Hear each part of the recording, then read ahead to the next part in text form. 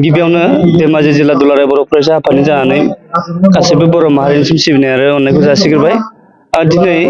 धेमाजि जिल्लानि सिङाव थानाय सिमेन्ट दख'रा दुलाराय बर' फरायसा आफादनि बेन्दोङाव थानाय देकाफाम खोन्दो आफाद दाफुंनायजों लोगोसे सांग्रांथि मेलजों लोगोसे सोलोंथायारि सांग्रांथि मेल बेखौ हाबाफारि लानाय जादोंमोन। बे हाबाफारियाव आंखौ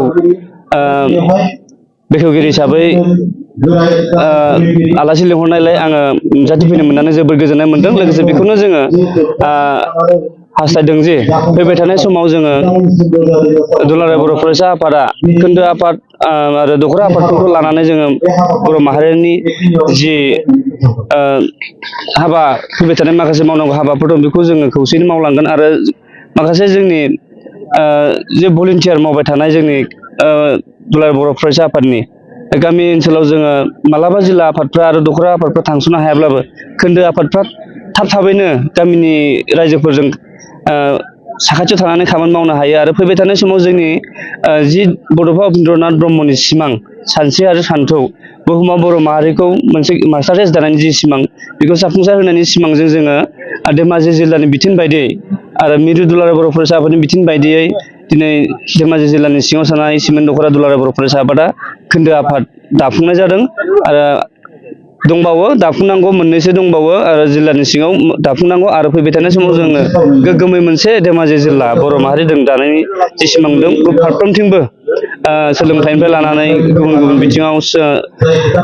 स्पर्ट्सनि बेलायाव आबादारिनि बेलायाव गुबुन गुबुन बिथिङाव जोङो मोनफ्रोमबो जोङो गोग्गोमै जोङो एक्सपार्ट जागोनखौ मिजिंथिनानै नैबे माबाखौ हाबाफारिखौ लानाय जादों आरो लोगोसे फैबाय थानाय समाव आं बेखौनो खावलायनो नंदों जे जोंहा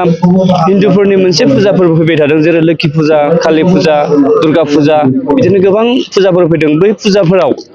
जोंनि बर' माहारिनि माखासे लाइमोन बा आइ आफा बिदा फंबाय बा रायजोफ्रा जे जोंनि माखासे मेलाफोराव माखासे जौ जुवा मा होनो तास गेलेनाय आरो दाइस गेलेनाय थिन पार्टि तास गेलेनायफोरखौ जोङो मोनफ्रोमबो मेलाफोराव जों नुनाय जादों। बै मेलाफोरनि सायाव जोङो गोख्रोङै सोंखारिजों हायोब्ला बन्द' खालामनांगौ आरो जोंनि गासै लाइमोन आरो फरायसाफोरखौ जोङो खावलायदों जे जों फैबाय थानाय बे दुर्गा फुजाफ्राव जि जौ जुवानि जि मोनसे मार्केट जायो बा हाथाय बाजार जायो बेयाव जाहाथे जोंनि लाइमोनफ्रा सांग्रां जानानै जों जौ जुवानिफ्राय गोजानाव थायो आरो जि थिन पार्टि दाइस गेलेनायफोरनिफ्राय गोजानाव थायो बेखौ आं जोंनि लाइमोनफोरखौ खावलायबाय लोगोसे जोंनि आइ आफा रायजो राजा गासैखौबो आं खावलायबाय जे जोङो फैबाय थानाय बे जोंनि हिन्दुफोरनि दुर्गा फुजा लोखि फुजा आरो कालि फुजायाव जाहाथे जोङो आद्रियै जोङो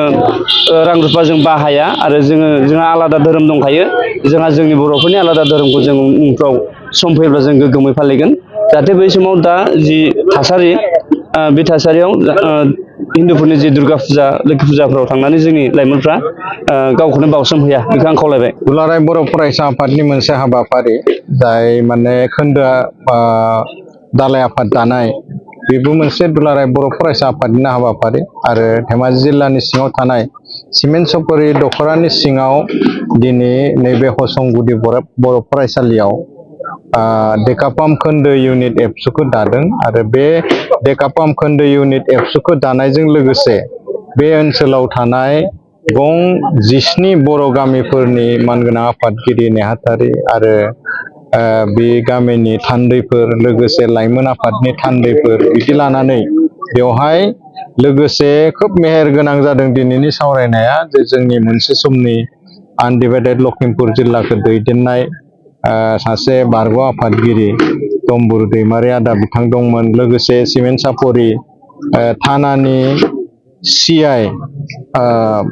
दैदेनगिरि बिथाङाबो दंफायोमोन आरो खोब मोजां जादों बे समाव दिनैनि जि सावरायनाय बेवहाय जोंनि जि सोलोंथाइ जोंनि जि सुबुं सांग्रांथि मेल बेनि सायाव सावरायनाय जादों जोंनो जे गोग्गो सोलोंथाइ नांगौ गावखौ दैदेननो थाखाय समाजखौ सोलायहोनो थाखाय जोंनि समाजा जे सांग्रां जानांगोन गावनि इयुन जोलैफोरखौ मोजां लामाजों लांनो सुबुं सम्पद दिहुननो आरो जोंनि इयुन जोलैखौ थार आरो सैथो लामाजों दैदेनलांनो थाखाय जोंनि दिथागिरि बिमा बिफाफोरा जोंनि समाजा जोंनि गोरोंसाफोरा जोंनि इयुन जोलैफोरनो बा जोंनि इयुन जोलैफोरखौ मोजाङाव जे इनभेस्टमेन्ट खालामनांगोन, बिसोरखौ जे मोजां सोलोंथाइ लाहोनांगोन, बिसोरखौ जे मोजां खामानियाव बाहायनांगोन, बे नोजोरजों दिनै सावरायनाय जादों। दिनै बारा गोबाव सम गैला, नै फुजा सम फैनोसै, दुर्गा फुजा। दा दुर्गा फुजायाव जोंनि सेंग्रा सिख्लाफोरा, जोंनि बर' माने सुबुंफोरा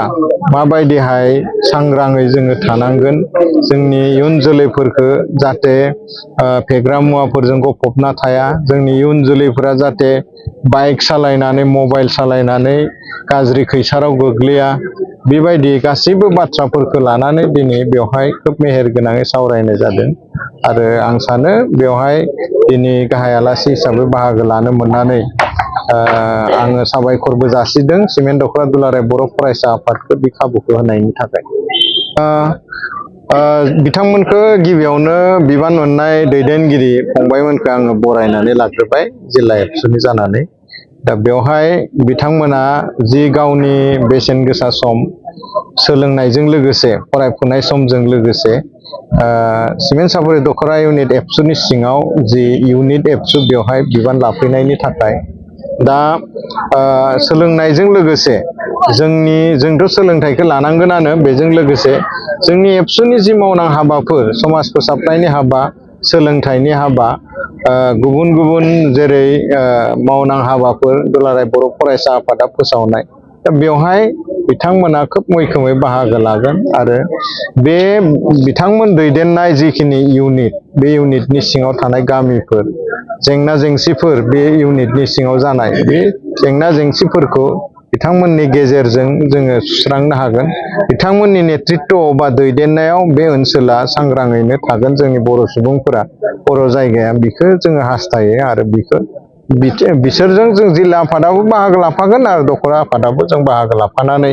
जोंनि समाजनि मोजांनि थाखाय, जोंनि बर' सुबुंनि थाखाय, बर' लाइमोनफोरनि थाखाय, बर' फरायसुला फरायसुलिफोरनि थाखाय, बर'नि गुबुन गुबुन थाखोनि सुबुंफोरनि थाखाय जोङो एबसु हिसाबै ज' खामानि मावगोन। फरायसा आफादा जि थालांनाय देका फाहाम खोन्दो एबसु दाफुंनाय, बे हाबाफारिखौ जों दिनै मावफुंनानै लाबाय। बे हाबाफारियाव फारियै बाहागो लाफैनो हादोंमोन जोंहा धेमाजि जिल्ला दुलाराय बर' फरायसा आफादनि बोसोनगिरि तेनजिं बर' सारा, आरो बे हाबाफारियाव बाहागो लाफैनो हादों धेमाजि जिल्ला दुलाराय बर' फरायसा आफादनि आफादगिरि साराबो बाहागो लाफैदों। आरो खोब गोजोनथाव बाथ्रा, मोनसे समाव आन्दिबाय लखिमपुर डिस्ट्रिक्टनि